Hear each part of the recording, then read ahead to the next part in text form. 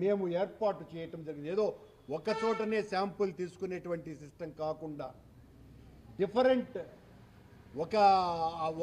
ఒకే tanker నుండి తీసుకునేటువంటి నెయ్యి 3-4 చోట్ల వాటి యొక్క నాణ్యతను పరిశీలించడానికి వాటి తీసుకునేటువంటి వ్యవస్థను తీసుకురావటం జరిగింది.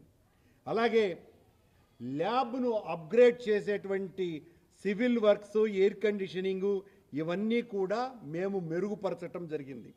అలాగే కమలవర్ధన్ ఐఏఎస్ అనేటువంటి సీనియర్ మోస్ట్ ఐఏఎస్ ఆఫీసర్ని ల్యాబ్ యొక్క అప్గ్రేడేషన్కు సంబంధించి, టెస్టింగ్ ఫెసిలిటీస్కి సంబంధించి ఆయన సూచనలు తెలుసుకోవటం జరిగింది. 46 కోట్ల రూపాయలతో గీకి సంబంధించినటువంటి ఎస్టాబ్లిష్మెంట్కు సంబంధించిన ఎన్డీడీపీ రిపోర్టు వాళ్ళ యొక్క సలహాతో ల్యాబ్ను మరింత ఆధునీకరించడానికి 8 కోట్ల రూపాయలు వెచ్చించి టెండర్ను కూడా రిలీజ్ చేయటం జరిగింది. కానీ అది ఒకరే రావటంతో టెండరింగ్ ప్రాసెస్ మా సమయంలో లేట్ అయింది. ఎక్కడా కూడా మేము ఎంత పకడ్బందీగా చిన్న తప్పు కూడా జరగటానికి వీల్లేదు అని జగన్మోహన్ రెడ్డి గారి ప్రభుత్వం తీసుకున్నటువంటి జాగ్రత్తలు ఇవి. లడ్డూలో ఎక్కడ కల్తీ జరిగిందని సిట్ రిపోర్టులో ఒక్క చోట కూడా ప్రస్తావించకపోయినా చంద్రబాబును మోసేటువంటి ప్రసార బోయీలంతా కూడా 2 రోజులుగా దీని మీద మా మీద దండోరా వేస్తున్నారు. కానీ సుప్రీంకోర్టు నియమించినటువంటి సిట్ ఎక్కడ ఆ విషయాన్ని ధృవీకరించకపోగా బోలేబాబా నుంచి వైష్ణవి డైరీకి, వైష్ణవి డైరీ నుంచి ఏఆర్ డైరీకి వీళ్ళ వ్యాపార మతలబులో మోసాలు జరిగినాయి అన్నటువంటి విషయం మీదనే వాళ్లను అరెస్టు చేయటం జరిగింది. ఆ సిట్ రిమైండ్ రిపోర్టు ఈ రోజున అందరి చేతుల్లోనూ కూడా ఉన్నది. కానీ పనిగట్టుకొని చంద్రబాబు నాయుడు గారు చేసిన విమర్శ ఏంటి, పవన్ కళ్యాణ్ గారు చేసినటువంటి విమర్శ ఏంటి?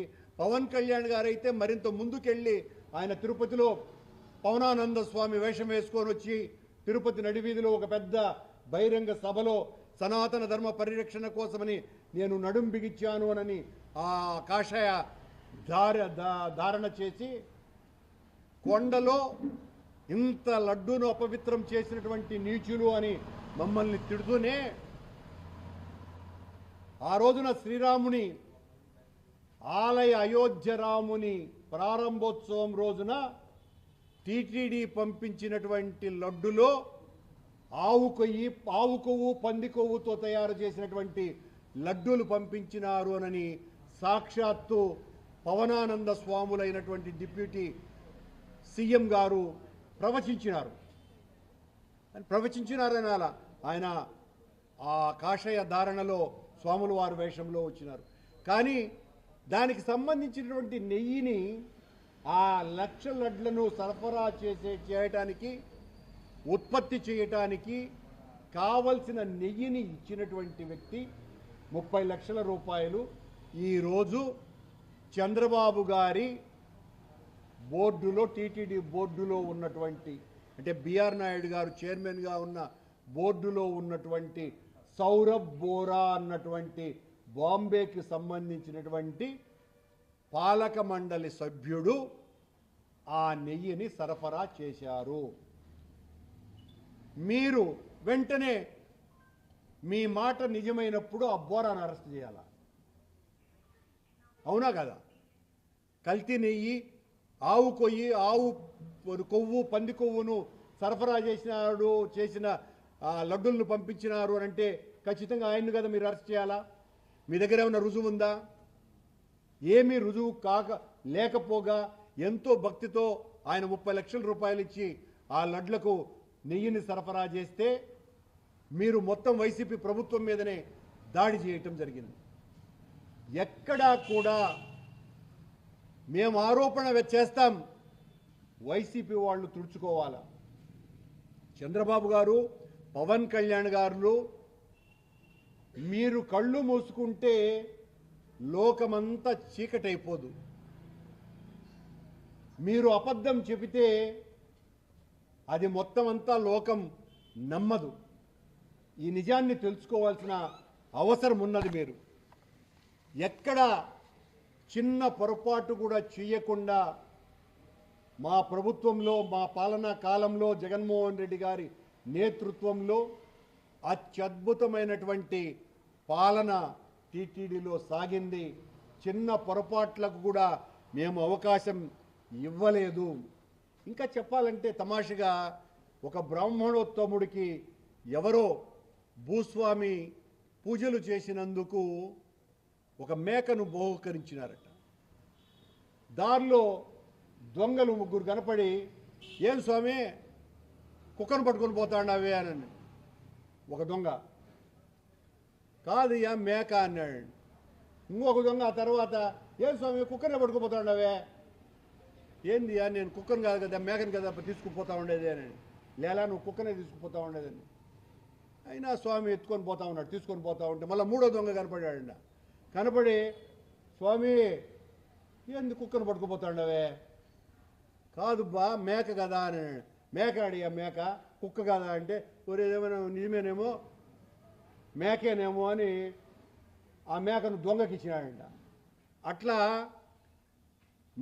మేము వైసీపీ లడ్డూలో కల్తీ చేసింది అని ఆ వీర చోర శిఖామణుల శిష్యుల మాదిరిగా తెలుగుదేశాన్ని మోస్తున్నటువంటి ఈ సోషల్ మీడియా లేకపోతే ప్రసార మీడియాలు ఆ మేక కాదు ఇది కుక్క అని తిరుపతి లడ్డూను గురించి వాళ్ళు ప్రచారాలు చేస్తున్నారు.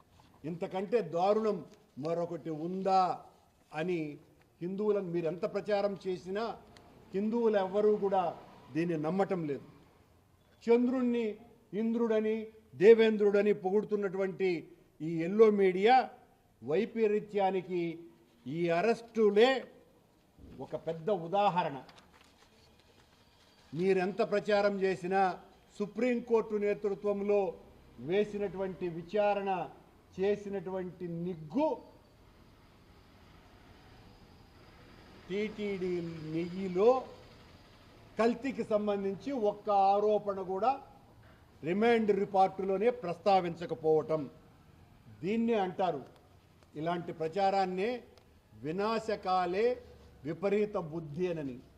ఇంత దారుణంగా విష ప్రచారం చేస్తే దేవదేవుని ఆగ్రహానికి గురి కాకుండా తప్పదు అన్న విషయాన్ని అర్థం చేసుకోవాలి. నలుగురు అంధులు మత్త గజాన్ని వర్ణించినట్లు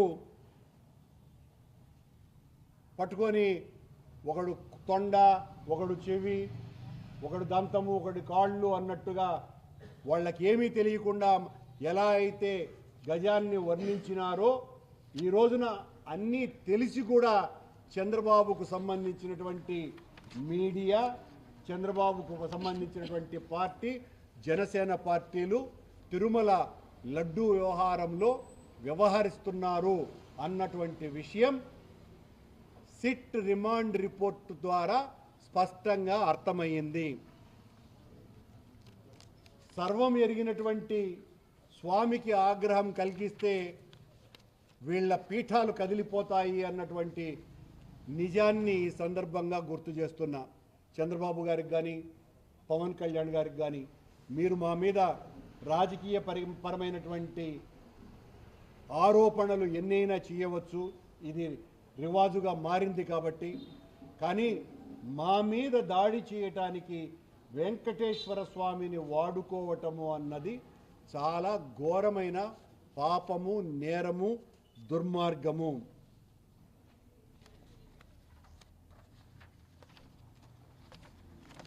అరెస్టుకు సంబంధించినటువంటి కారణం వేరు. నివేదికలో ఎక్కడా నెయ్యి కల్తీ గురించి లేనేలేదు, నివేదిక చెప్పలేదు. కల్తీ చంద్రబాబు గారు, పవన్ కళ్యాణ్ గారుల ఆలోచనల్లో ఉంది. నెయ్యిలో జరగల ఈ కల్తీ, కల్మషం, ఈ కొవ్వు చంద్రబాబు గారు, పవన్ కళ్యాణ్ల యొక్క ఆలోచనల్లో ఉంది. వీళ్ళ కోసమని రాసేటువంటి అక్షరాలలో ఉంది. వీళ్ళ రోత రాతల్లో ఉంది. ఇది నిజం. ఇంకా దేవదేవునికి సంబంధించిన ప్రసాదానికి సంబంధించి ఆరోపణలు మానమని, ఆ పాపాలు చేయటాన్ని ఇకనైనా మీరు ఆపితే కనీసం పాప ప్రక్షాళనానికి అవకాశం ఉంది అని తెలియజేస్తుంది.